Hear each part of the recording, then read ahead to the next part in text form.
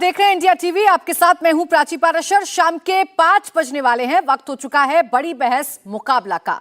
ज्ञानवापी पर मुख्यमंत्री योगी आदित्यनाथ पहली बार खुलकर बोले। पूरे विवाद का समाधान बता दिया कि मुसलमान ज्ञानवापी को मस्जिद कहना छोड़ें। मतलब यह कि विवादित ढांचे पर अपना दावा छोड़ें। सीएम योगी ने यह भी कहा कि मुसलमानों को आगे आकर अपनी ऐतिहासिक भूल सुधारनी चाहिए और इस विवाद के हल का प्रस्ताव देना चाहिए। सीएम योगी का बयान सामने आते ही चारों तरफ से बयानबाजी होने लगी। कोई बयान को विवादित बताने लगा तो कोई कानून का पाठ पढ़ाने लगा, कोई मुसलमानों का दिल दुखाने वाली बात करने लगा। ऐसे में सवाल उठता है कि क्या सच में सीएम योगी ने समाधान बताया है? क्या मुसलमान ज्ञानवापी पर दावा छोड़ेंगे? क्या ज्ञानवापी पर सीएम का बयान सियासी है? इसी मुद्दे पर करेंगे चर्चा, लेकिन पहले सुनिए सीएम योगी ने ज्ञानवापी को लेकर क्या बड़ा बयान दिया है। आंखों को खोल। मैं पिछले 6.25 वर्ष से अधिक समय से उत्तर प्रदेश का मुख्यमंत्री हूं और 2017 से उत्तर प्रदेश में कोई दंगा तो नहीं हुआ। ये बड़ी बड़ी बातें करने वाले लोग देखें तो कैसे चुनाव होने, नगर निकाय का चुनाव, पंचायत चुनाव यूपी का, विधानसभा का चुनाव यूपी का, और वेस्ट बंगाल में भी पंचायत के चुनाव हुए थे। क्या हाल हुए थे? वे लोग वेस्ट बंगाल बनाना चाहते हैं देश को, जिस प्रकार से वेस्ट बंगाल में भी टीएमसी की गवर्नमेंट ने किया था। कुछ लोग सत्ता में आकर के जबरन पूरी व्यवस्था को कैद कर देना चाहते हैं, और जो वेस्ट बंगाल में हमको देखने को मिला सबको, कैसे वहाँ विरोधी दलों के कार्यकर्ताओं को मारा गया, ये चीज़ें आंखों को खोलने वाली हैं। इस पे तो कोई बोलता नहीं। 1990 में कश्मीर में जो कुछ हुआ उस सब पे सब लोग मौन थे। आखिर ये दोहरा दृष्टिकोण क्यों? ज्ञानवापी काशी विश्वनाथ मंदिर, इस प्रॉब्लम का कोई सोल्यूशन है? अगर हम उसको मस्जिद कहेंगे तो फिर विवाद होगा। मुझे लगता है कि भगवान ने जिसको दृष्टि दी है वो देखे ना। त्रिशूल मस्जिद के अंदर क्या कर रहा है? हमने तो नहीं रखे ना। ज्योतिर्लिंग हैं, देव प्रतिमाएं हैं, पूरी दीवारें चिल्ला चिल्ला के क्या कह रही हैं। और मुझे लगता है कि ये प्रस्ताव मुस्लिम समाज की तरफ से आना चाहिए कि साहब ऐतिहासिक गलती हुई है और उस गलती के लिए हम चाहते हैं समाधान हो। इंडिया के बारे में आप क्या कहते हैं? INDIA जो विपक्ष का बना है, इंडिया नहीं बोलना चाहिए। ये जो ... ग्रुप है, चोला बदलने से पिछले कर्मों से मुक्ति नहीं मिल जाएगी। देखिए, ये इसको कहते हैं मुख्यमंत्री इस बात को जानते हैं कि इलाहाबाद हाई कोर्ट में ASI सर्वे के बारे में मुस्लिम पक्ष ने उसकी मुखालिफत की है। वो आजकल में हाई कोर्ट जजमेंट देने वाली है और उसको देखते हुए उन्होंने इस तरह का एक बयान दिया, कंट्रोवर्शियल बयान दिया। ये जुडिशियल ओवररीच है। उनको पढ़ना चाहिए कि स्वामी विवेकानंदा ने उड़ीसा के एक बहुत बड़ी मंदिर के बारे में क्या कहा था। आप मुख्यमंत्री है, कानून को फॉलो करिए। आप कानून को फॉलो नहीं करना चाह रहे, वो मुसलमानों पर प्रेशर डालना चाह रहे, दबाव डालना चाह रहे हैं। जिस जगह पर 400 साल से मस्जिद है, आप वहां पर दबाना चाहते हैं। और आखिरी बात यह है कि मुसलमानों ने मथुरा में आज से 55-60 साल पहले हिंदू समाज के साथ एक एग्रीमेंट किया और उसको कोर्ट में एग्रीमेंट सबमिट किया, मगर उसके बावजूद भी लिटिगेशन खोल दिया गया उसका। तो ये सिर्फ इनकी कम्युनल पॉलिटिक्स का एक हिस्सा है। मुख्यमंत्री ने बयान दिया और इस बयान पर अब प्रतिक्रियाएं भी सामने आ रही हैं। सबसे पहले असदुद्दीन ओवैसी बोले, उसके बाद शफीकुर रहमान ने भी बयान दिया और कहा कि ये सिर्फ और सिर्फ दबाव बनाने की कोशिश की जा रही है। इसी पर चर्चा करेंगे। खास मेहमान हमारे साथ जुड़ गए हैं। राकेश त्रिपाठी, प्रवक्ता भारतीय जनता पार्टी, शांतनु गुप्ता, राजनीतिक विश्लेषक के तौर पर हमारे साथ हैं, doctor Omji Upadhyay, director ICHR, MH Khan हमारे साथ जुड़ेंगे, राजनीतिक विश्लेषक, थोड़ी देर में। आसिम वकार, प्रवक्ता AIMIM हमारे साथ हैं और मोहम्मद अतीक, नेता IUML हमारे साथ हैं। आप सभी का बहुत बहुत स्वागत है। मैं राकेश त्रिपाठी जी आपसे शुरुआत कर रही हूं। मुख्यमंत्री का ऐसे समय में बयान आना जब सर्वे को लेकर मामला कोर्ट के अंदर है, हाईकोर्ट का फैसला इस पर आना है, जो आपके लिए कहा जा रहा है वो ये कि ये सिर्फ और सिर्फ मुसलमानों पर दबाव बनाने की आपकी नीति है। आप मुसलमानों को डराना चाहते हैं, इसलिए मुख्यमंत्री ये कह रहे हैं कि मुसलमानों को मानना चाहिए कि ऐतिहासिक गलती है, आगे आके समाधान देना चाहिए। देखिए प्राची, एक बात बिल्कुल स्पष्ट है कि मुख्यमंत्री जी ने एक संवाददाता के सवाल के जवाब में ये बात कही, इसलिए इसका कोर्ट की प्रोसीडिंग से कोई लेना देना नहीं है। और कोर्ट किसी के वक्तव्य या किसी बयान के दबाव में आकर के कोई निर्णय करेगा, कम से कम देश इस बात को स्वीकार नहीं करता। इस देश में एक स्वतंत्र न्यायपालिका है। स्वतंत्र न्यायपालिका किसी के बयान के आधार पर नहीं चलती है और सरकार तो एक पक्षकार होती ही है। सरकार का पक्षकार के नाते कोर्ट के भीतर अपना एक जवाब होता है। सरकार ने अपना वो जवाब दाखिल किया होगा। मैं दूसरी बात कह रहा हूं, मुख्यमंत्री जी ने जो बात कही है वो तथ्यात्मक आधार पर है, डॉक्यूमेंटल एविडेंस के आधार पर है। क्या अलग अलग इतिहासकारों ने, हिस्टोरियंस ने, और वो हिस्टोरियंस जो इस्लामिक है, वो हिस्टोरियंस जो ब्रिटिश मूल के हैं, जिन्होंने अलग अलग अपनी पुस्तकों में इस बात का उल्लेख किया। मैं केवल स्कंद पुराण का उल्लेख करूंगा तो ये कहेंगे कि हम हिंदू धर्म ग्रंथ का या हिंदू पुराण का उल्लेख कर रहे हैं, लेकिन ये तो सच है ना कि आखिरकार आज जो लंदन की लाइब्रेरी में जो फोटोग्राफ रखे हुए हैं, जिस फोटोग्राफ में दिखाई पड़ रहा है कि वहां नंदी जी के साथ हनुमान जी हैं, और जो पूरा स्ट्रक्चर है वो स्ट्रक्चर अपने आप में बता रहा है कि ये मुगल कालीन स्थापत्य कला से जुड़ा हुआ नहीं है। वहां जो दीवारें हैं वो दीवारें चीख चीख करके बता रही है, और यही सत्य, यही तथ्य तो मुख्यमंत्री जी ने कहा है। क्या ये सत्य किसी व्यक्ति को रखने का अधिकार नहीं है? क्या ये कोई व्यक्ति इस सत्य को नहीं रख सकता है? मैं एक छोटी सी बात ऐड कर रही हूं उसमें राकेश त्रिपाठी जी। आपने जो कहा कि तथ्य के आधार पर मुख्यमंत्री ने कहा है, असदुद्दीन ओवैसी साहब ने ये कहा कि कोर्ट पर नहीं, आप मुसलमानों पर दबाव बनाने की कोशिश कर रहे हैं, आप डरा रहे हैं बेसिकली। आप ये कह रहे हैं कि आपको आगे आके समझौता कर लेना चाहिए, तब की वो मस्जिद थी और मस्जिद ही रहेगी। ये शफीकुर रहमान वर्क कह रहे हैं। नहीं, देखिए, ये वास्तविकता में वो लोग हैं जो जानबूझकर चाहते हैं कि किसी तरह से सांप्रदायिक विभाजन की लकीर गहरी रहे, किसी तरह से भावनाएं हमेशा उन्माद की तरफ बढ़ती रहे। आज मुख्यमंत्री जी ने जो कही है वो एक सराहनीय पहल है, उसकी सराहना की जानी चाहिए। सांप्रदायिक सद्भाव को बनाने वाली पहल है, सबको जोड़ने वाली पहल है। जो ऐतिहासिक तथ्य है, जो ऐतिहासिक सच है, उसको अगर स्वीकार करके अगर एक पक्ष इस मामले के समाधान के लिए आगे बढ़ेगा तो निश्चित तौर पर इसका समाधान होता हुआ दिखाई पड़ेगा। मुख्यमंत्री जी ने जो बात कही है उसका स्वागत किया जाना चाहिए था। बावजूद इसके कुछ लोग ऐसा चाहते हैं कि इस कुछ समस्याओं का समाधान न हो, कैसे मजहबी कट्टरपन उन्माद की तरफ बढ़ता रहे। आज उत्तर प्रदेश में मुख्यमंत्री योगी आदित्यनाथ जी ने अपने 6.25 वर्ष के कार्यकाल में कोई एक उपलब्धि ऐसी बता दे जिसमें कहीं कोई भेदभाव हुआ हो मजहब के आधार पर, जाति के आधार पर। उत्तर प्रदेश जहां दंगों की लगातार पृष्ठभूमि रहती थी, उसको हमने आज कंट्रोल करने का काम किया है। ये उत्तर प्रदेश के मुख्यमंत्री जी की प्रशासनिक क्षमता दिखाई पड़ रही है। चलिए, मैं इस बात का जवाब लेती हूँ। असीम वकार साहब हमारे साथ हैं।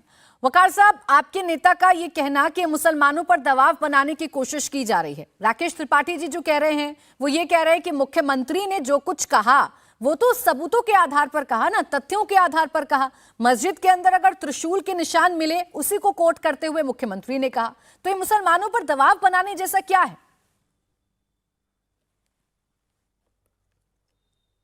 देखिए, कौन से निशान मिले और कौन से निशान कितने पुराने हैं, किसने कितने नए हैं, किसने बनाए, ये सारा जो मामला है, सबूत जो है वो अदालत में साबित कीजिए। या टीवी पर बैठकर आपके कहने से हम मान नहीं लेंगे। इसी देश में बहुत पुरानी बात नहीं है, अभी हम लोगों ने एक फैसला देखा। देखिए, 3 पॉइंट पर अभी बाबरी मस्जिद का जो फैसला आया वो सबने देखा। 3 उसमें मुख्य मुद्दे थे। हिंदू पक्षकारों ने, निर्मोही अखाड़े ने, विश्व हिंदू परिषद ने कहा इस पे जमीन पे मालिकाना हक हमारा है। न्यायालय ने, जस्टिस गोगोई साहब ने जो फैसला पढ़ा उसमें इन दोनों की प्लेंट खारिज कर दी। दूसरा पॉइंट ये था कि ये राम जन्मभूमि है, रामचंद्र जी की जन्मभूमि है, रामचंद्र जी यहाँ पैदा हुए, यहाँ महल था। जस्टिस गोगोई साहब ने जो फैसला पढ़ा उसमें कहा कि यहाँ जमीन के ऊपर कोई भी स्ट्रक्चर नहीं था, न महल, न मंदिर, न मकान, न दुकान, कुछ नहीं। 1200 ईस्वी से सन 1528 ईस्वी तक जमीन के ऊपर कुछ नहीं था। दूसरा भी खारिज। फिर कहा इन लोगों ने कि रामलला प्रकट हो गए। जस्टिस गोगोई साहब ने जो फैसला पढ़ा उन्होंने कहा 22-23 दिसंबर की रात में अवैध तरीके से मूर्तियां रखी गईं, प्रकट नहीं हुए। तीनों पॉइंट पर मैंने जस्टिस गोगोई साहब का जो फैसला है वो टीवी पे आपको पढ़ के बता दिया। अब उसके बाद भी ये कहा गया कि नहीं साहब, मस्जिद, जस्टिस गोगोई साहब ने कहा अपने फैसले में कि बाबरी मस्जिद के वजूद से इनकार नहीं किया जा सकता। फिर ये कहा उन्होंने कि क्योंकि रामलला विराजमान। सर, मैं इतनी देर से समझने की कोशिश कर रही हूं कब्जे के आधार कि आप राम मंदिर का, भारत के संविधान में राम मंदिर पर जो फैसला आया उसका जो यहाँ रिलेवेंस, आप कहना क्या चाह रहे हैं? जब इतना सब कुछ कॉन्ट्रडिक्शन था उसके बाद भी फैसला है ना सुप्रीम कोर्ट का, राम मंदिर वहां पर बन रहा है। इस बात से तो आप इनकार कर नहीं सकते हैं कि राम मंदिर वहां पर बन रहा है। मेरे मैडम, यही तो अफसोस है कि कंट्राडिक्शन सब कुछ कह रही हैं, आप सब समझ भी रही हैं। मैंने अपने फैसले नहीं बताए, मैंने न्यायालय के फैसले बताए, सर्वोच्च न्यायालय का जो फैसला था वो बताया। इनकार कर दीजिए कि तीनों चीजें नहीं तो क्या थी। सर्वोच्च न्यायालय के फैसले रामलला के की सर एक मूर्तियां सेकंड, प्रकट नहीं असीम हुई, वकार अवैध तरीके से साहब, रखी असीम गई। वकार साहब, आप ये मालिकाना कहना हक- चाह रहे हैं कि मालिकाना सुप्रीम हक कोर्ट का जो निर्मोही फैसला अखाड़े के आया, पास सर एक और सेकंड, विश्व हिंदू परिषद के पास अरे सर नहीं एक था। सेकंड रुक जाइए। पहले तो चर्चा को आप राम मंदिर पर ले गए, मैं चर्चा ज्ञान वापी पर कर रही हूँ, वहां पर जो सबूत है मैं उस पर कर रही हूँ, लेकिन फिर भी एक छोटी सी बात ऐड कर लीजिए। सुप्रीम कोर्ट का जो फैसला आया, क्या आप ही उस फैसले को समझ पा रहे हैं और बाकी हम तमाम लोगों ने उस फैसले को गलत समझ के वहां राम मंदिर बना दिया? ये तो अवहेलना हो रही है फिर सुप्रीम कोर्ट के फैसले की। नहीं, सुनिए, समझ तो वो भी रहे थे जिन्होंने फैसला दिया। जस्टिस गोगोई साहब भी समझ रहे थे क्या दे रहे हैं, और समझ आप भी रही हैं। समझ देश का एक एक इंसान रहा है, क्योंकि वो खुला खुला लिखा गया है। भाई एक न्यायालय का फैसला ये आ रहा है कि मूर्तियां प्रकट नहीं हुई, अवैध तरीके से रखी गई। 22 सर असीम वकार साहब, चलिए वो फैसला आ गया, वहां राम मंदिर बन रहा है, वो अब हो गई इतिहास की बात। आज आप आइए ज्ञान वापी पर बात कर लीजिए। मैं नहीं समझ रही सर, आपने कहा कि मैं भी समझ रही हूं, मैं नहीं समझ रही, मुझे समझ नहीं आ रहा, क्योंकि मुझे इतना पता है कि सुप्रीम कोर्ट अगर कोई फैसला देगा तो उस फैसले के अनुरूप ही काम होगा, उसकी अवहेलना नहीं की जाएगी। और अगर अवहेलना की जाएगी तो आप जैसे लोग फिर कर क्या रहे हैं? आपको अपील करनी चाहिए, आपको इस केस को आगे बढ़ाना चाहिए। खैर छोड़ दीजिए, लौटकर ज्ञान वापी पर आइए। तथ्य तो कह रहे हैं ना, मैं तस्वीर लगातार दिखा रही हूं, इस तस्वीर के आधार पर अगर कोई पक्ष कह रहा है कि हमारा पक्ष मजबूत है, तो इसमें मुसलमानों को डराने जैसा क्या है? बस ये समझा दीजिए जल्दी से। आर्य फिर त्रिपाठी जी। नहीं, मैंने आपसे कहा ना, जो भी आप दिखा रहे हैं ये सब न्यायालय में सबूत पेश कीजिएगा। आप अभी कैसे कह रहे हैं कि अवैध है और गलत है और ऐतिहासिक भूल है? पिछला आप देख चुके हैं ना फैसला, उसमें मुसलमानों को कहा गया कि बाबरी मस्जिद के वजूद से इनकार नहीं कर सकते। और देखिएगा आप, इसमें भी यही मामला है, मस्जिद है, अब उसमें आप कुछ भी कहते रहिए, हम टेलीविजन पे आपकी बात नहीं मानेंगे। अरे सर, मैं आपसे अपनी बात मनवा भी नहीं रही हूं, मैं कोई बात यहाँ मनवाने के लिए बैठी नहीं हूं। असीम वकार साहब, आपके नेता ने कहा कि मुसलमानों पर दबाव बनाने जैसा बयान है। मैं सिर्फ इतना जान रही हूं कि इससे मुसलमानों पर दबाव बन कैसे जाएगा? मुख्यमंत्री के एक बयान के बाद क्या बदल जाएगा? जल्दी से बताइए, फिर बाकी मेहमान इंतजार कर रहे हैं।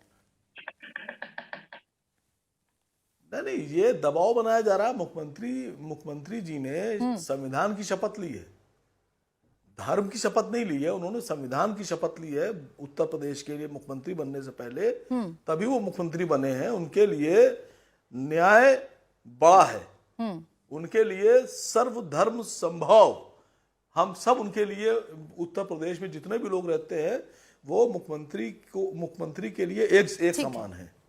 उनको इस तरह की नहीं बात बोलना चाहिए। ठीक है सर, उन्होंने कुछ ऐसा नहीं कहा कि मुसलमानों को ही करना ही होगा, उन्होंने कुछ थोपने वाली बात नहीं की, लेकिन फिर भी आपके मन में शंका है। मैं छोटा सा जवाब त्रिपाठी जी से ले लूं, छोटा सा जवाब दीजिएगा त्रिपाठी जी। असीम वकार साहब के मन में सवाल खड़ा हो रहा है कि मुख्यमंत्री तो हम सबके मुख्यमंत्री हैं, तो क्यों सिर्फ एक धर्म विशेष की बात वो कर रहे हैं और एक धर्म विशेष से अपील कर रहे हैं कि आगे आइए समझौता करिए, या आगे आइए इस बात का कोई सोल्यूशन निकालिए? देखिए प्राची, दो बातें हैं। एक तो सवाल जो आसिम वकार ने उच्चतम न्यायालय के फैसले को लेकर के कही, मैं अनुरोध करूंगा कि आसिम वकार एक बार 1045 पेज के सुप्रीम कोर्ट के उस जजमेंट को फिर से पढ़ लें। मैं पूरे विश्वास के साथ कह रहा हूं कि आसिम वकार ने फैसला पढ़ा नहीं, इनको कहीं व्हाट्सएप से ज्ञान प्राप्त हुआ है, और ज्ञान प्राप्त करके ये इंडिया टीवी के माध्यम से दर्शकों पर ये झूठ तोहमत फैलाने का काम कर रहे हैं। कोर्ट ने एविडेंसेस के आधार पर, ऐतिहासिक उदाहरणों के आधार पर, लंबी चली आ रही सुनवाइयों में जो कोर्ट बिलोज ने फैसले सुनाए थे, उन फैसलों के आधार पर निर्णय किया था। ये आस्था की बुनियाद पर नहीं, तथ्यों और साक्ष्यों की बुनियाद पर कहा था, आर्कियोलॉजिकल सर्वे ऑफ इंडिया की रिपोर्ट के आधार पर कहा था, और तब 2.77 एकड़ की जमीन राम मंदिर के पक्ष में देने का काम किया था। इसलिए झूठ फैलाने का काम मत करिए आसिम वकार। सच चीख चीख करके स्वयं कह रहा है। 1045 पन्ने की जो जजमेंट है ये आज पब्लिक डोमेन में मौजूद है, आपके देख रहे दर्शक इसको पढ़ सकते हैं और जान सकते हैं कि आसिम वकार जैसे लोग कैसे टीवी पर झूठ बोल करके लोगों को भड़काने का प्रयास करते हैं कि सुप्रीम कोर्ट का फैसला आस्था की बुनियाद पर आया था, तथ्यों और साक्ष्यों के आधार पर नहीं। यानी अभी भी सुप्रीम कोर्ट के फैसले के बाद भी ये संतुष्ट नहीं है और उसका विरोध करने का प्रयास कर रहे हैं, ये चेष्टा कर। दूसरी बात, मुख्यमंत्री सबके मुख्यमंत्री होते हैं, इसमें कोई दो राय नहीं है। और इसीलिए मैंने कहा कि पिछले 6 वर्षों से अधिक की सरकार में अगर कोई एक निर्णय आप बता दें जिस निर्णय में कहीं हिंदू या मुसलमान के लिए किसी प्रकार का कोई भेद किया हो। ये सच है कि आज विकास की योजनाओं में मुसलमानों को ज्यादा हिस्सेदारी मिली है हिंदुओं की बनस्पत। आज उनकी सुरक्षा के मामले, अभी शांतनु जी बैठे हैं, आप उनसे पूछेगा तो डेटा आंकड़े के साथ बताएंगे अलग से, क्योंकि उन्होंने इस पर रिसर्च किया। धन्यवाद। मुख्यमंत्री योगी आदित्यनाथ जी ने जो कहा है वो सत्य है, वो तथ्य है। चलिए, ये आंकड़े क्या कहते हैं ये शांतनु जी मुझे बताएं। उससे पहले मैं एक बार मोहम्मद अतीक जी की भी एक राय लेती हूँ। मोहम्मद अतीक जी, जब भी ज्ञानवापी का मसला आ रहा है या जब भी इसमें सर्वे का मसला आ रहा है या मुख्यमंत्री कुछ कह रहे हैं या हिंदू पक्ष कुछ कह रहा है, तो इसे सीधा सीधा आप लोग ऐसे क्यों जोड़ देते हैं कि ये मुसलमानों के साथ ज्यादती है, ये मुसलमानों के खिलाफ चीजें बुनी जा रही हैं या मुसलमानों को डराने धमकाने जैसा हो रहा है? मुख्यमंत्री ने आज बयान दिया, इसमें आपको क्या गलत लगा? प्राची जी, सबसे पहले तो अभी आपने जो कहा कि जो है जब बाबरी मस्जिद की बात हो रही थी तो आप लोग क्या कर रहे थे बैठे हुए, आपने अदालत को क्यों नहीं बताया? मैं आपको बता दूं, आप ज्ञानी बहुत ज्यादा हैं, लेकिन शायद आपकी नजर से निकल गया कि हमने एक रिव्यू पिटीशन दायर करी थी। आपको याद होगा, रिव्यू पिटीशन सुप्रीम कोर्ट ने हमारी खारिज कर दी थी। अगर वो रिव्यू पिटीशन होती तो हम उनको बताते कि इसमें क्या क्या सर, चीजें खारिज और क्या होनी सुप्रीम चाहिए कोर्ट थी। ऐसे ही कर देगा? आप मेरे ज्ञान पर अगर सवाल उठा रहे हैं तो आपको भी इतना ज्ञान होना चाहिए मोहम्मद अतीक जी कि सुप्रीम कोर्ट आपकी रिव्यू पिटीशन को क्या ऐसे ही खारिज कर देगा? कोई तथ्य नहीं रहे होंगे, कोई बातें नहीं रही होंगी, इसीलिए तो खारिज किया है ना, वरना सुप्रीम कोर्ट सुनता आपकी रिव्यू पिटीशन को। और कब तक इतिहास के फैसले को लेकर बैठकर आप यहाँ चर्चा करते रहेंगे? प्राची जी, आप चर्चा आप ज्ञानवापी पर करिए ना मुझसे। पिटीशन अगर पूरी पढ़ के समझ कर करी जाती, वो तो दाखिल हुई और उसको खारिज कर दिया गया। इसका मतलब ये था कि अब फैसला जो है वो आपको मानना ही होगा। हम पहले ही कह चुके थे यानी इसका मतलब आप कह रहे हैं सुप्रीम कोर्ट ने आप पर फैसला थोप दिया है, अब आप सर्वोच्च न्यायालय पर सवाल खड़े कर रहे हैं? नहीं, हम तो फैसला मानने के लिए बिल्कुल तैयार थे और तैयार हैं, और रिव्यू पिटीशन के बाद जो फैसला आता वो भी माना जाता। लेकिन खैर चलिए, अभी आप योगी आदित्यनाथ की बात कर रही हैं। अब वो ये कह रहे हैं कि अगर ज्ञानवापी मस्जिद कहा जाएगा तो विवाद हो जाएगा। कौन करेगा विवाद?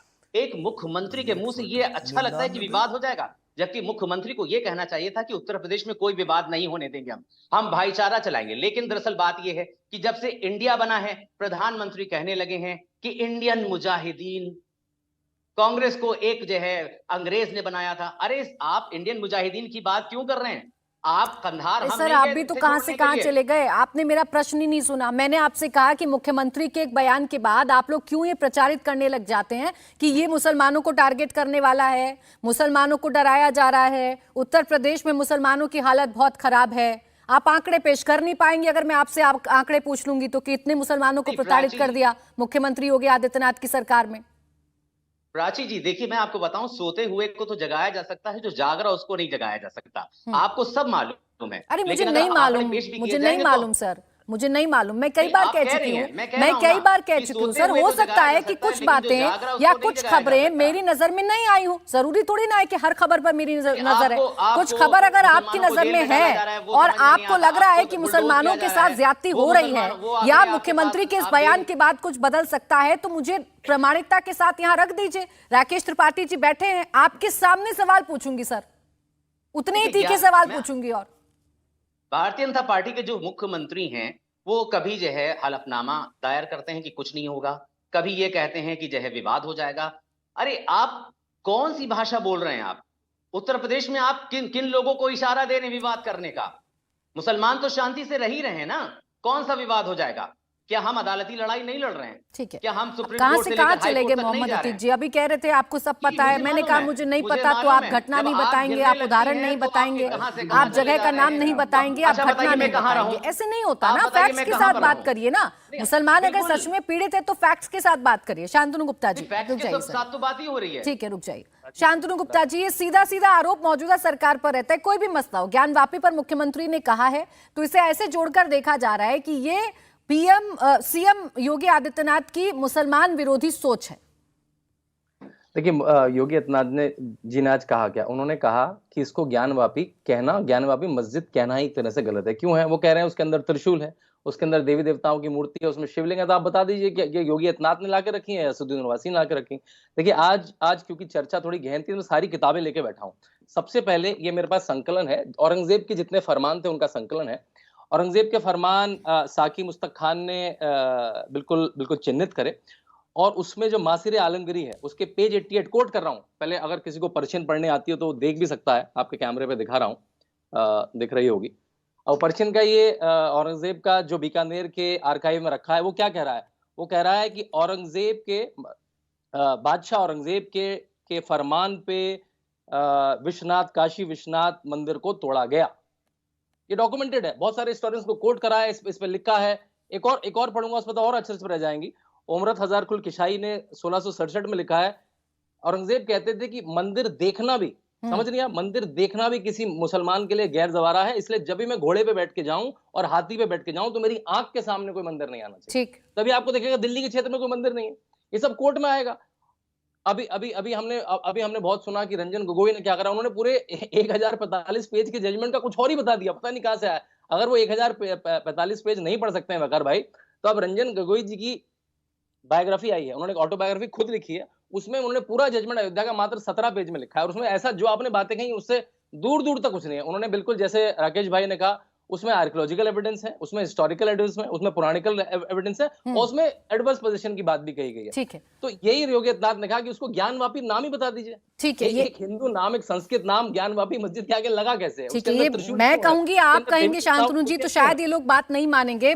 डॉक्टर ओम जी उपाध्याय मेरे साथ हैं, वो इतिहास भी बताएंगे और जो रेफरेंस यहाँ पर दिया जा रहा है असीम वकार साहब या मोहम्मद अतीक की तरफ से, उसे भी बताएंगे। सर, आप सुन रहे हैं, रेफरेंस देकर ये बताया जा रहा है कि मुसलमानों के साथ ज्यादती पर ज्यादती की जा रही है, चाहे राम मंदिर पर फैसला आना हो, चाहे अब ज्ञानवापी पर ये सर्वे की बात करना हो या मुख्यमंत्री का बयान हो। ऐसा है क्या सर? प्राची, धन्यवाद। दो चीज़ों को लेके मैं थोड़ा भ्रमित था कि एक तो हम चर्चा आज ज्ञानवापी पे कर रहे हैं अयोध्या पे, ये मुझे थोड़ा भ्रम हो रहा था, और दूसरे शायद मुझे लग रहा था कि मैं आपको भूल गया हूं, मुझे आप याद नहीं कर रही। देखिए, बहुत स्पष्ट तरीके से मैं आपके चैनल से कई बार ज्ञानवापी पे, उसके हिस्टोरिकल रेफरेंसेस पे बहुत सारी चर्चा मैं कर चुका हूं। मैं इसके हिस्टोरिकल रेफरेंसेस पे बहुत सारी चर्चा कर चुका हूं। अभी शांतनु जी ने भी बहुत सारी बात कही। आप औरंगजेब के फरमान को देख लीजिए, साकी मुस्तैद खां को देख लीजिए, और वो बहुत स्पष्ट है कि मंदिर को तोड़कर वहां मस्जिद बनाया गया है। इसमें कहीं कोई ऐतिहासिक तथ्य के आधार पर, कम से कम लिटरेरी सोर्सेज के आधार पर कोई संशय आज की डेट में नहीं है। इसके अलावा पिछले 150 साल में, बहुत संक्षेप में आपको बताऊं, 2-3 बिंदुओं में पिछले 150 साल के 2-3 रेफरेंसेज में आपसे चर्चा करूं। एक यूके बॉर्न फोटोग्राफर थे, सैमुअल बॉर्न। 1863 से 1870 के बीच उन्होंने फोटोग्राफी की, जो आज जे पॉल गेटी म्यूजियम में रखा हुआ है। आप सब उसको लॉगिन करके देख सकते हैं बड़े आराम से। ओरिजिनल फोटोग्राफ है, ज्ञानवापी के अंदर का है, उस पर प्रॉपर उन्होंने लीजेंड लिखा हुआ है कि कहाँ का फोटोग्राफ है। उससे स्पष्ट आपको दिखाई दे जाएगा कि उसमें हनुमान जी दिख रहे हैं, नंदी दिख रहे हैं। इसके अलावा आप 1996 के बाद से चलिए, पिछले 30 साल में, पिछले साल के 2 जो कोर्ट कमिश्नर्स के सर्वे हुए, उनकी रिपोर्ट पढ़ लीजिए। उनकी रिपोर्ट में स्पष्ट है कि देवी देवताओं की कलाकृतियां, कमल, शेषनाग, डमरू, घंटी, ये सब वहां दिखाई दे रहा है। अब किसी मस्जिद में ये हो सकता है क्या? बहुत स्पष्ट है कि मंदिर के मलबे से उस मस्जिद का निर्माण किया गया, इसलिए वो सारी चीजें बहुत ठीक तरीके से दिखाई दे रही हैं। किसी दीवार को छोड़ दिया गया, यहां से तोड़कर वहां जोड़ दिया गया, इसलिए बहुत स्पष्ट दिखाई दे रही है। इसलिए इस बात को अगर कोई भी व्यक्ति कह रहा है और जिम्मेदारी के साथ कह रहा है, तो इसमें कोई बहुत विवाद की स्थिति नहीं बनती है, एक बात। दूसरी बात, 3 तारीख को अभी अगर ये सर्वे का आदेश आ जाता है, लिटरेरी सोर्सेज हमारे पास हैं, आर्कियोलॉजिकल सर्वे जो बिल्कुल वैज्ञानिक प्रमाणों के आधार पर होता है, उसको तो कोई इनकार नहीं कर सकता ना। उसमें अगर जो भी रिपोर्ट्स आती हैं, और उसमें आप इसके पहले जब जिला न्यायालय ने जो 11 बिंदु का आदेश दिया है उसको ध्यान से पढ़िए, उसमें कलाकृतियों की लिस्टिंग करने का भी आदेश दिया है, जीपीआर का आदेश दिया है। तो उस आधार पर अगर हम पूरी तरीके से इसको डॉक्यूमेंट कर लेते हैं तो बहुत स्पष्ट, एकदम शीशे की तरह से स्थिति वैसे आज भी साफ है, कल और साफ हो जाएगी। इसलिए उन चीजों को स्वीकारना चाहिए जो एकदम किसी को भी, इस बात का जवाब मैं ले लेती हूँ। एमएच खान जी हमारे साथ हैं और असीम वकार साहब, आपने दुनिया के किसी, ठीक है सर, आपने तथ्य पर बात की है और इन तथ्यों का जवाब ये लोग क्या देते हैं, ये देखना जरूर अभी दिलचस्प होगा। एमएच खान जी, मैं आपके पास आऊंगी, एक छोटा सा ब्रेक ले रहे हैं, ब्रेक से फौरन वापस लौटेंगे, देखते रहिए मुकाबला। ब्रेक के बाद स्वागत है आपका, आप देख रहे हैं मुकाबला। एमएच खान जी, जितनी भी बातें ज्ञानवापी को लेकर कही जा रही हैं, मुख्यमंत्री ने जो भी कुछ कहा वो उस सर्वे के आधार पर कहा जो सर्वे किया गया था, और उस सर्वे में जो निशान मिले, जो आकृतियां मिली, वो मुस्लिम धर्म से उनका कोई ताल्लुक नहीं है। वो सीधे सीधा ये इंडिकेट कर रही हैं कि ये हिंदू धर्म से जुड़ी हुई चीजें हैं, और इसी को आधार बनाकर उन्होंने ये बातें कही। इस पर आपत्ति क्यों? नहीं प्राची जी, आपत्ति किसी को नहीं होना चाहिए, लेकिन गैर संवैधानिक पद पर जो बैठा आदमी है, हम हैं, आप हैं, कुछ भी कह सकते हैं। संविधान की कसम खा करके और जो चीज मैटर कोर्ट में पड़ा हुआ है उसको माननीय मुख्यमंत्री अपने संवैधानिक पद की शपथ खा करके कह रहे हैं यह आपत्तिजनक है, इससे बचना चाहिए मुख्यमंत्री जी को। ये गलत है, ये सही नहीं है। इसके लिए कोर्ट में वकील भी लगे हैं, आपके पक्ष के भी लगे हैं, उनके पक्ष के भी लगे हैं, सारे लोग बैठे हैं पैनल में, सारे लोग उसके पक्ष में बोल रहे हैं। मुख्यमंत्री को बोलने का तो क्या था? मुख्यमंत्री को नहीं बोलना चाहिए, सर्वधर्म समभाव रखना चाहिए मुख्यमंत्री जी को। तो मुख्यमंत्री जी को बोलना है तो आपने एक एप्लीकेशन लगावे, पिटीशन लगावे, चले जाए कोर्ट में। यहाँ मैं भी चैलेंज करता हूँ, मैं जो कह रहा हूँ वो आपको लिखित दे रहा हूँ। ये मुख्यमंत्री का बोलना ठीक नहीं है, कतई ठीक नहीं है, मैं बार बार कहता हूँ। इसी बीच में ये राम मंदिर का फैसले का चर्चा भी शुरू हो गई। अरे साहब, राम मंदिर का फैसला कैसे हुआ है? सारे जजों ने कहा है, उसमें एक मुसलमान जज भी थे कि कोई सबूत नहीं, कोई तथ्य नहीं, कोई गवाह नहीं। सर, कब तक राम मंदिर को बीच में लेकर आते रहेंगे एमएच खान साहब? ये मुझे समझ नहीं आ रहा। आप एक दो पॉइंट्स को लेकर बार बार राम मंदिर, राम मंदिर, राम मंदिर, अरे छोड़ेंगे अब राम मंदिर को? राम मंदिर बन रहा है।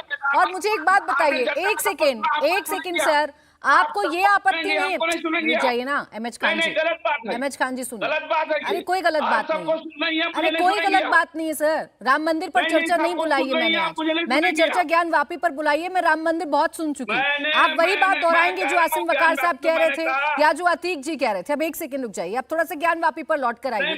आपको सिर्फ इस बात पर दिक्कत है कि मुख्यमंत्री ने अपने मुंह से बोल दिया। सर सुनिए, अरे सर ऐसा नहीं है। अरे एमएच खान जी, ऐसा थोड़ी ना है कि आप जो बोलेंगे उसी हिसाब से डिबेट चलेगी। सुनिए सर, अरे सर सुनिए, अरे सर सुन लीजिए, एक सेकंड सुन लीजिए। मुख्यमंत्री के बयान देने से ही आपको सिर्फ आपत्ति हुई है, बाकी और किसी चीज से आपत्ति नहीं। आप इस थ्योरी से इत्तेफाक नहीं रखते कि मुख्यमंत्री मुसलमानों को टारगेट कर रहे हैं? बोल रही है, जिस तरह से मुख्यमंत्री बोल रहे हैं वो आप भी बोल रही है। मैं कह रहा हूँ राम मंदिर का चर्चा आया कि नहीं आया, उस पर सुनिए मेरी बात।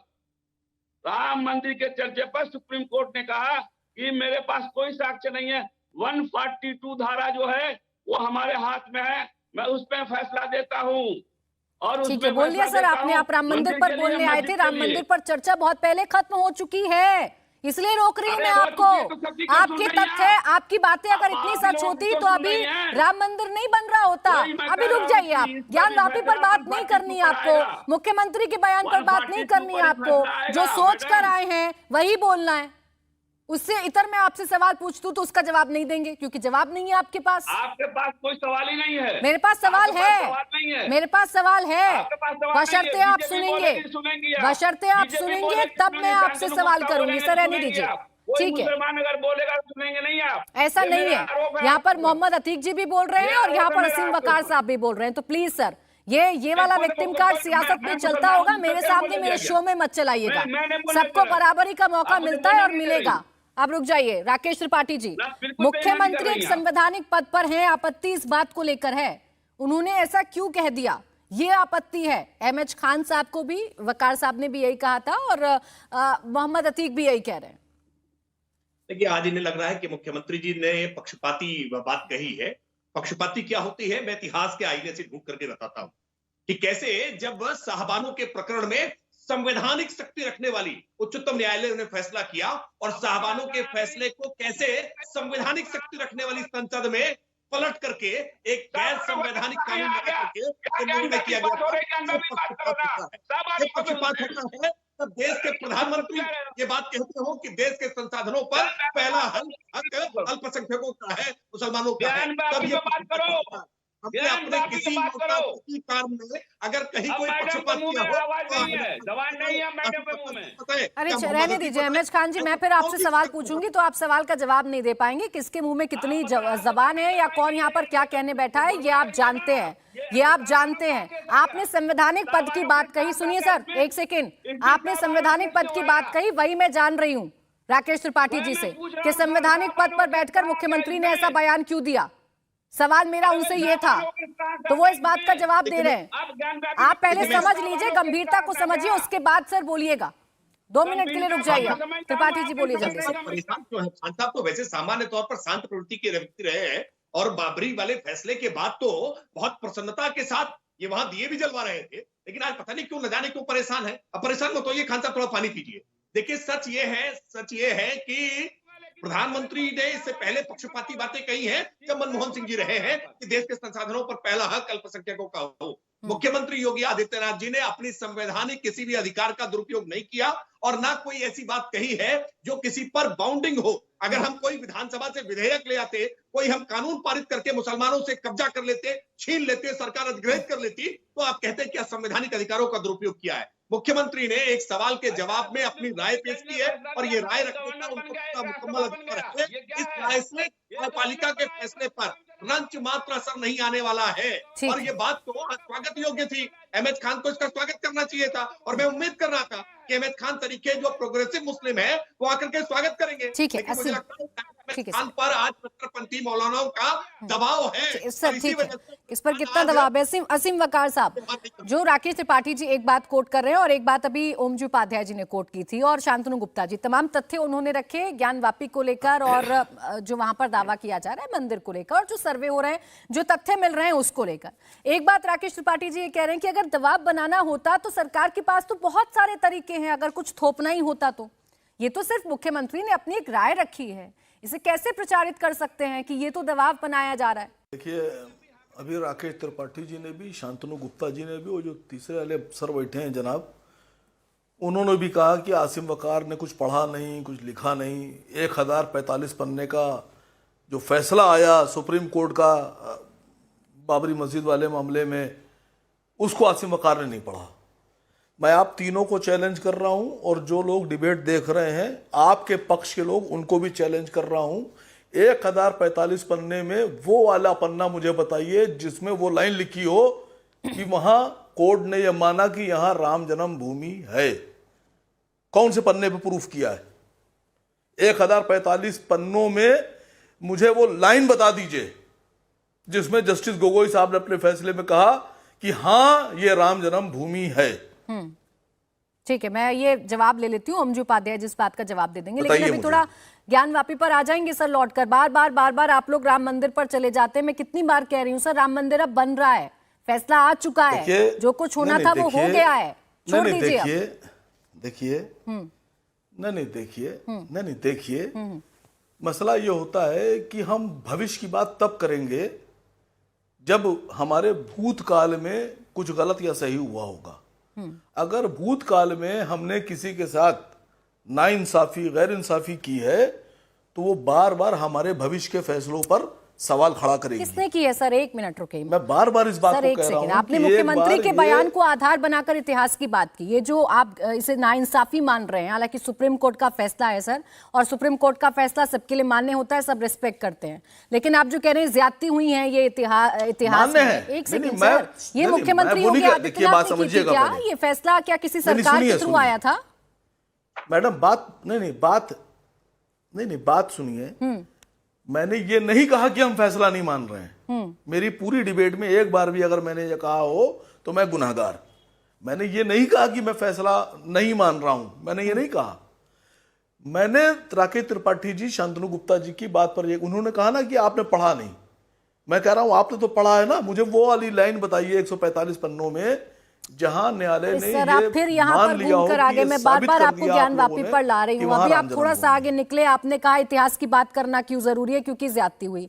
मैंने आपसे पूछ लिया कि ज्यादती क्या किसी सरकार ने कर दी थी, तो आप फिर से घूमकर चले गए कि मैं चुनौती देता हूं। गोल पोस्ट इतना मत बदलिए ना, एक चीज पर रहिए। आप देखिए एक बात समझिए साक्षी जी, मेरी नजर में आप बहुत ब्रिलियंट लेडी हैं, मतलब सुपर ब्रिलियंट हैं आप। मैं आपकी तारीफ इसलिए करूंगा कि आप सब कुछ समझते हुए भी मेरी बात को ऐसे नजरअंदाज कर रही हैं जैसे मेरी कोई बात आपने सुनी ही नहीं, क्योंकि मुझे समझ नहीं आ रही। ये आपकी कला है। सर सुनिए, मेरी कोई कला नहीं है, आपकी कला है कि एक टॉपिक को खींचकर आप इतिहास पर ले जाइए, इतिहास में से आप पर सवाल पूछे जाएं तो आप फिर प्रेजेंट पर आ जाइए, प्रेजेंट में आपसे सवाल पूछे जाएं तो आप फिर इतिहास में चले जाइए। ये आपकी कला है असीम वकार साहब, और आप इसमें पारंगत हैं। मैं जीत भी नहीं सकती हूँ। अब चलिए मैं ओमजी उपाध्याय जी के पास जा रही हूँ। सर वो तथ्य को ज्यादा बताएंगे असीम वकार साहब, रुक जाइए। अभी सर्वे होगा, बात समझिएगा। हाँ। अभी सर्वे होगा।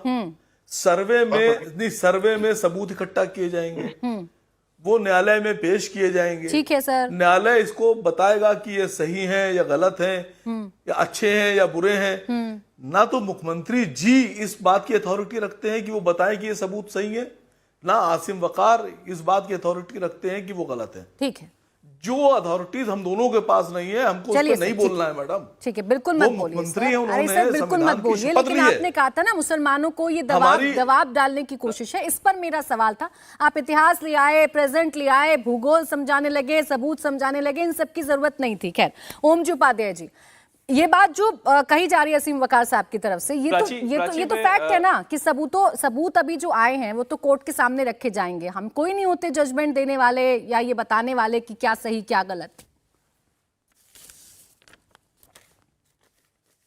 आपकी बात बिल्कुल सही है प्राची, लेकिन ये हम भूल जा रहे हैं ये बात कहते हुए कि पीछे जो हुआ है या जो चीजें अभी कोर्ट कमिश्नर की, 2 कोर्ट कमिश्नर्स की रिपोर्ट हैं, आप उन रिपोर्ट्स को पढ़िए ना। उन रिपोर्ट्स में बहुत क्लियर कट ये सारी चीजें हैं कि क्या क्या कलाकृतियां उनकी ज्ञानवापी की दीवारों पर हैं। दोनों कोर्ट कमिश्नर्स जो पिछले साल, अजय मिश्रा और विशाल सिंह, अगर मुझे नाम सही याद है दोनों के, जिन्होंने मई में अपना सर्वे किया और रिपोर्ट अपनी दी, उन्होंने प्राइमा फेसी लिखा है उसमें बहुत ठीक तरीके से कि शेषनाग हैं, त्रिशूल हैं, घंटी हैं, कमल हैं, स्वस्तिक हैं। अब देश दुनिया का कोई भी इस्लामिक स्टडीज का स्कॉलर मुझे जरा बताए कि किस मस्जिद पे दुनिया के ये सारे प्रतीक होते हैं। अगर किसी एक पे मस्जिद पे भी जो वास्तव में मस्जिद है उस पे अगर ये प्रतीक वो बता दें कि किसी पे कमल, घंटा, स्वस्तिक, त्रिशूल ये सारे प्रतीक हैं, या कोई भी एक भी है, या किसी देवी देवता की कलाकृति है, तो बात ठीक है। ये बात मैं बड़े खुले मन से मानने को तैयार हूं इतिहास के एक विद्यार्थी के रूप में। एक बात। दूसरी बात जो अभी ये बार बार कहा जा रहा है, मैं सामान्यतः राजनीतिक टिप्पणी नहीं करता, लेकिन मुख्यमंत्री जी ने जो बात अभी कही है उसमें समस्या कहां है मैं थोड़ा समझना चाहता हूं उसको। क्योंकि सर्वे, केवल सर्वे कराया जाए या नहीं, जो साइंटिफिक सर्वे होना है वो कराया जाए या नहीं, इस पे वो भी फैसला रिजर्व है। 3 तारीख को इलाहाबाद न्यायालय, उच्च न्यायालय उस पे अपना फैसला सुना देगा। इस पे अगर एक सामान्य टिप्पणी अगर की गई कि उस पे जो ऑलरेडी दिख रहे हैं, जो ऑलरेडी इतने सारे हमारे पास उसके प्रमाण हैं और न्यायपालिका से आए हुए प्रमाण भी हैं, तो उस पे अगर कोई बात ये कहा जा रहा है कि इस पे ये चीजें हैं और मुस्लिम समाज को इसको खुले मन से स्वीकार करना चाहिए, इस पे समर्थन देना चाहिए। इसमें कहां समस्या है ये मेरी समझ से बाहर है। मुझे इसमें कोई समस्या नहीं दिखाई दे रही टेक्निकली, और अभी फैसला भी रिजर्व है जो 3 तारीख को पढ़ा जाना है।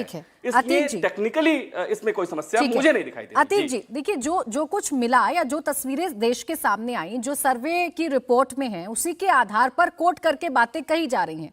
आप भी जानते हैं, इस्लाम के जानकार हैं कि इन तमाम चिन्हों का हिंदू धर्मों से ताल्लुक है, मुस्लिम धर्म से कोई ताल्लुक नहीं है। उसके बाद भी आंख बंद कर लेने से थोड़ी ना सच्चाई छिप जाएगी।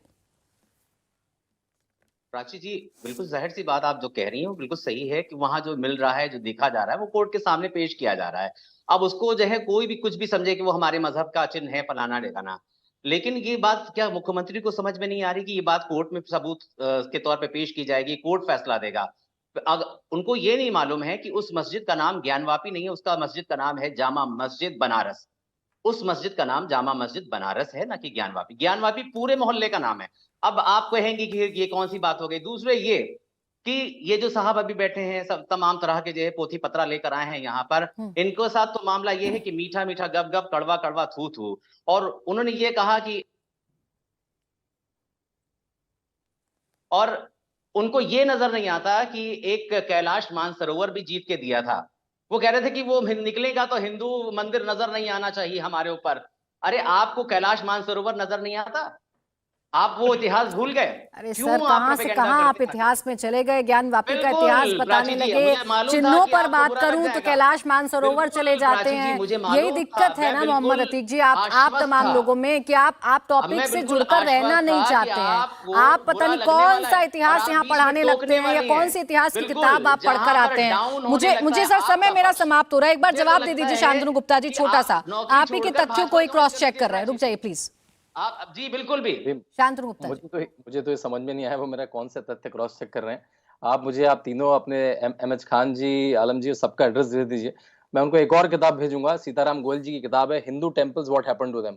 2 भागों में कंपाइल करिए, एक नहीं 2000 टेम्पल्स की है। अभी तो देखिए एक केस है, जितने कोर्ट में केस जाएंगे अयोध्या का केस तो सबसे पेचीदा था क्योंकि वो पुराना था। 1800 जितने 1800 नए केस हैं उनके तथ्य तो 1800 उन जितने नए केस हैं, जितने नए हैं, औरंगजेब के केस तो सारे नए हैं, उनमें तो तथ्य बहुत साफ है। उन्हीं के पर्शियन टेक्स्ट में लिखा है, हिस्टोरिकल टेक्स्ट में लिखा है, आर्कियोलॉजिकल टेक्स्ट में बिल्कुल क्लियर है। वो कोर्ट में जाने की देर है, 15 दिन नहीं लगेंगे दूध का दूध पानी का पानी होने को। तभी ये कोर्ट में जाने से डर रहे हैं, कोर्ट में ना हो इसलिए रोक रहे हैं, सर्वे ही ना हो। तो ये मुख्यमंत्री को समझा दिए ना कि 15 दिन है, वो क्यों कह रहे हैं जो मस्जिद कहेगा उसको वो विवाद होगा। आप उनको समझा दीजिए, क्या उतावलापन उन्होंने नहीं करा है। आप मुझे जो समझा रहे हैं यहाँ पर, आप समझा दिए ना चीफ मिनिस्टर को, उनको बता दिए कि वो उत्तर प्रदेश के चीफ कोर्ट मिनिस्टर कमिश्नर की फॉर्मल अच्छा, रिपोर्ट चलिए है। ठीक है मोहम्मद अतीक जी, शांतनु गुप्ता जी, समय समाप्त हो गया है। आप सभी का बहुत बहुत शुक्रिया हमारे साथ इस चर्चा में जुड़ने के लिए।